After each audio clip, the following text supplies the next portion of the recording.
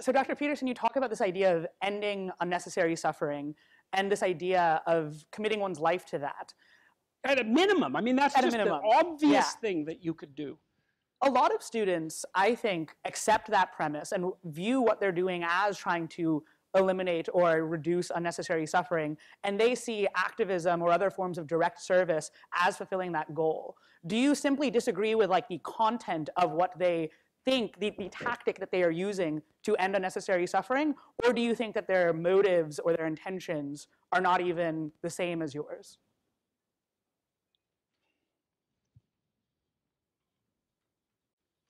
It's too public.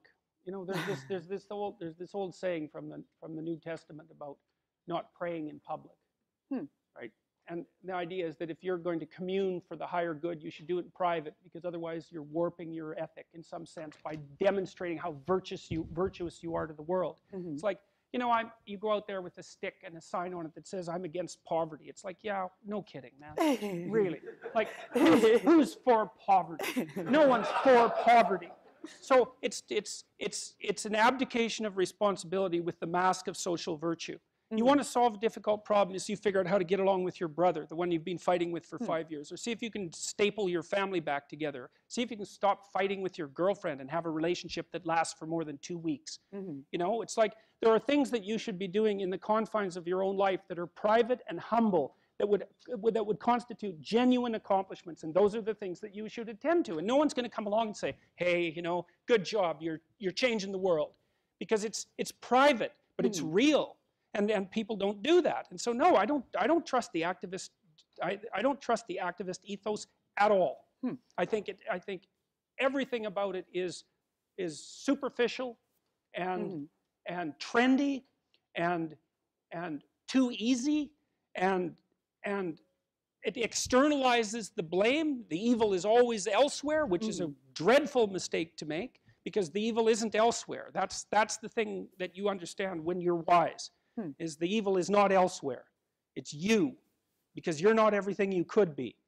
And so, you know, you should work on that before going and telling someone else that maybe they're not who they should be. So I think it's, you know, so I don't buy it. It's too easy. It's far too easy, and it's too public. And it's too self-congratulatory. And then there's the murderous, like, Marxist element, which, you know, I'm always often inclined to mention.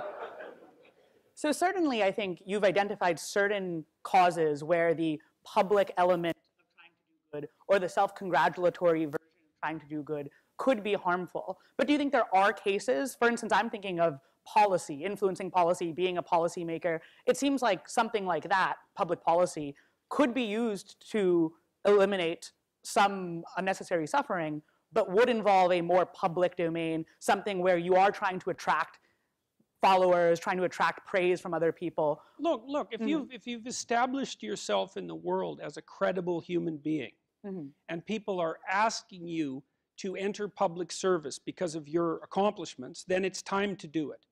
Right. But before that, it's a little on the premature side.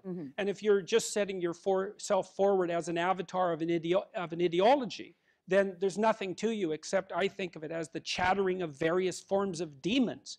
It's like you're not helpful. And if you look, you want to think, okay, are you fit to lead? Let's put it that way. Okay, first of all, do you know where you're going? Because that's actually one of the hallmarks of a leader. A leader knows where he's going, and maybe other people are also interested in going that way. But the leaders I've met have carved themselves out a personal vision, right? It's not some cookie-cutter ideological solution to the ills of the planet. They've done a detailed analysis, right? They know what they're talking about. And they're usually people, well, they've had a successful relationship. They've had a successful family. They have a couple of degrees. They've established a business. Like, they've made themselves credible in 5 or 6 dimensions. Well, then maybe you know enough about the world to dare to mess with its internal mechanisms.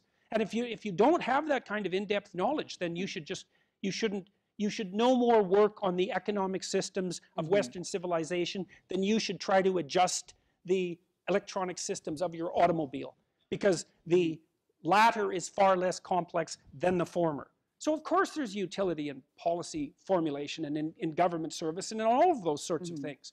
But you have to have transformed yourself, at least to some degree, into someone who's actually competent before you should even dare to do such things. You think, well, I've read some Marx and now I know how to change the world. It's like,